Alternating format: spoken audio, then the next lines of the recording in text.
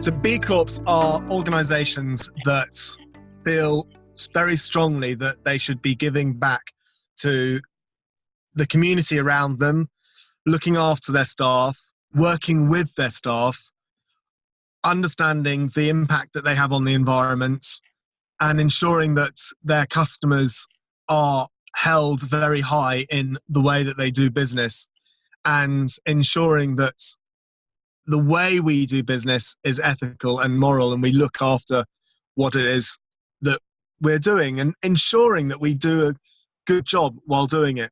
I mean, B Corp isn't really anything special, sadly. I don't think.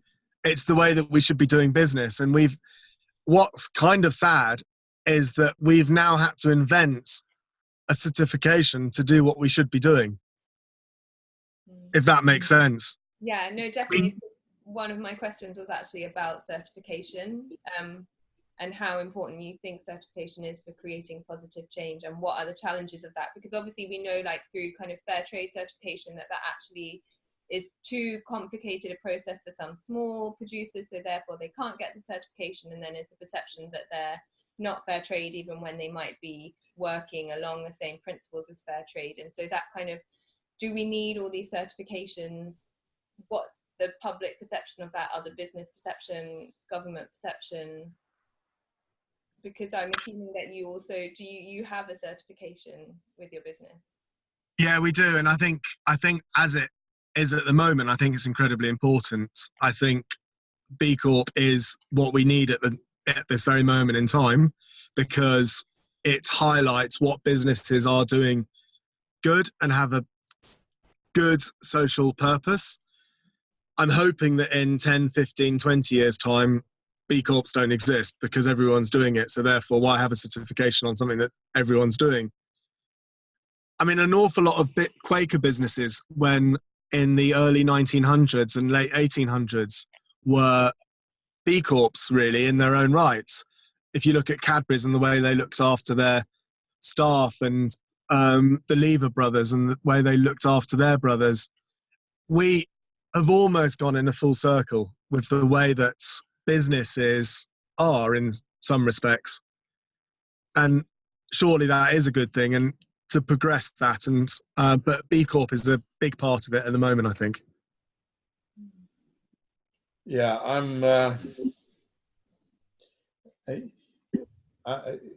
it moves me a lot to hear the way that you speak, and it's interesting because in all the time that I've been, a consultant and helping organizations change, I'm kind of looking for people like you who actually are doing what I'm hoping that people will aspire to, but I don't find people like you very often. And I love it that you say that in 20 years' time, everybody should be operating in this mindset, because it makes so much sense. It makes so much sense because actually they can make more money by being ecological. They can make more money by looking after their people.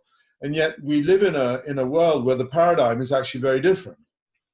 And I'm wondering, what can you see that will bring more change, that will encourage more leaders to adapt what is naturally a mindset for you, which is really not the typical mindset? It's funny, I guess you surround yourself with people that it's funny that you say that you don't come across people that often. I think within the B Corp world, and actually within business, I come across people an awful lot that think exactly the same as me. And I think I would say 90% of our clients think the same way. And it's funny, I don't know. And I don't really know what or how that, and maybe that's just me seeing the positive side of absolutely everyone. I don't know. And I do know that I'm slightly naive, but I love being naive, because I think naivety is part of what drives me. because I think if I was more cynical, then I probably wouldn't be driven so much.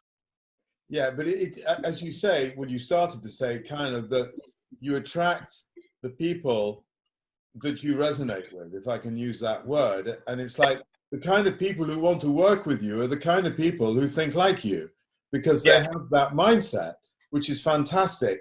And it's like you're creating a nucleus of good practice.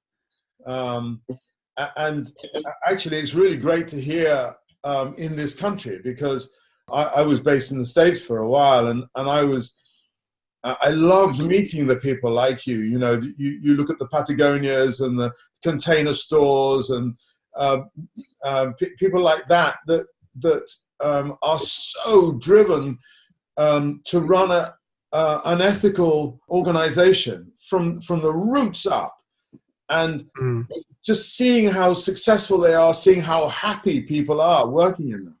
And I guess it's perhaps because I've spent a lot of time in working in banking and pharmaceuticals and some of the sort of the conventional energy organizations.